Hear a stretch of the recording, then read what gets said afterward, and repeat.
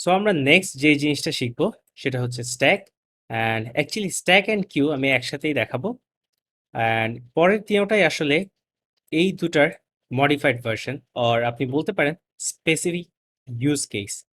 So stack and queue এই দুটো actually আমরা অ্যারে দিয়েই দেখাতে পারবো অ্যান্ড হ্যাশ টেবিলের জন্য আমরা অবজেক্ট দিয়ে দেখাবো। সো স্ট্যাক দিয়ে শুরু করি। স্ট্যাক কি জিনিস? By the way, stack or queue or even hash table হয়তো ওভাবে আমি ইমপ্লিমেন্ট করে দেখাবো না, বাট কনসেপ্টগুলো আমি বুঝাবো। রিজন ইজ এই কনসেপ্টগুলা প্রোগ্রামিং ল্যাঙ্গুয়েজে অর যে কোনো প্রোগ্রামিং ল্যাঙ্গুয়েজে খুবই ইম্পর্টেন্ট একটা জিনিস। সো শুরু করা যাক, স্ট্যাক দিয়ে শুরু করি। স্ট্যাককে চিন্তা করেন আপনি, থাক এই ওয়ার্ডটা শুনেছেন কিনা যায় না, বা অ্যাকচুয়ালি এক একটা ডিস্ট্রিক্টে এক এক রকম ল্যাঙ্গুয়েজ। সো ইটস লাইক আপনি আপনার আপনার অনেকগুলো জামা কাপড় আছে, সো একটার উপর একটা রাখছেন, স্ট্যাক করে রাখা বা থাকে থাকে রাখা জিনিসগুলা। সো স্ট্যাককে ওভাবে চিন্তা করেন। সো আমার কাছে আমি যদি সিম্পলি দেখাই 1 2, সো 1 হচ্ছে আমার একটা কাপড়, তারপরে হচ্ছে আরো একটা ড্রেস, অ্যান্ড দেন 3 একটা ড্রেস, 4 একটা ড্রেস, 5 একটা ড্রেস, 6 একটা ড্রেস, একটার উপর একটা রাখলাম। সো 6 সবার উপরে আছে। সো আমি যখন পিক করব আবার কাপড়গুলা, তখন সবার আগে 6টা পিক করব, তারপরে 5টা পিক করব, তারপরে 4টা পিক করব। সো স্ট্যাক হচ্ছে এমন যে আমি ডেটাগুলো একটার উপরে একটার উপরে একটার উপরে একটা রাখি, দেন যখন পিক করব সবার উপরেরটা আগে রাখি, দেন তারপরেরটা, দেন তারপরেরটা। আমরা যদি একটা সিম্পল স্যাম্পল দেখি অর সিম্পল একটা ইমপ্লিমেন্টেশন দেখি। সো আমি যদি বলি let and nums equals two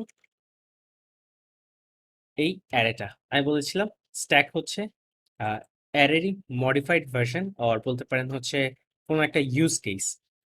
so এখন যদি আসি আমি নামে, সো নামে আমি যখন এই স্ট্যাকে নতুন কোনো ডেটা রাখবো, তখন আমি বলবো নাম ডট পুশ, অ্যান্ড আমি এখানে 7 নতুন একটা ডেটা পুশ করলাম। নতুন একটা ডেটা কোথায় অ্যাড হবে? আমরা যদি কনসোল ডট লগ দেখি অ্যান্ড নাম লিখি, শেষে অ্যাড হবে। আবার যখন এখান থেকে কোনো ডেটা তুলবো, তখন আমরা যেটা করব, নাম ডট পপ, এখানেই যদি আমি লিখে দিই, আমি বলেছিলাম পপ রিটার্ন করে লাস্ট ভ্যালুটা, আমি কনসোলে দেখতে পারবো।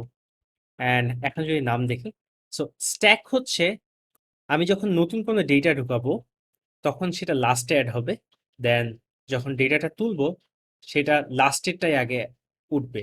সো স্ট্যাকের একটা কনসেপ্ট হচ্ছে লাস্ট ইন ফার্স্ট আউট। আমি যদি একটু লিখে দেই, last in first out. So একটা বড় একটা ছোট এমন করে ফেলেছি।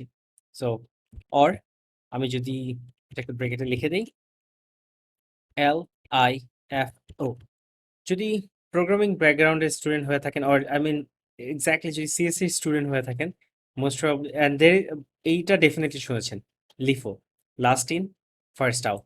সো এটার মানে হচ্ছে লাস্টে যে এলিমেন্টটা ঢুকেছে সেটাই ফার্স্টে বের হবে। লাস্টে যেই, আরেকবার বলছি, লাস্টে যেই এলিমেন্টটা ঢুকেছে সেটাই সবার ফার্স্টে বের হবে। সো স্ট্যাকের কনসেপ্টটা অনেক সময় অনেক ইন্টারভিউতে জিজ্ঞেস করে, বা অন্যান্য প্রোগ্রামিং ল্যাঙ্গুয়েজে খুবই ইম্পর্টেন্ট।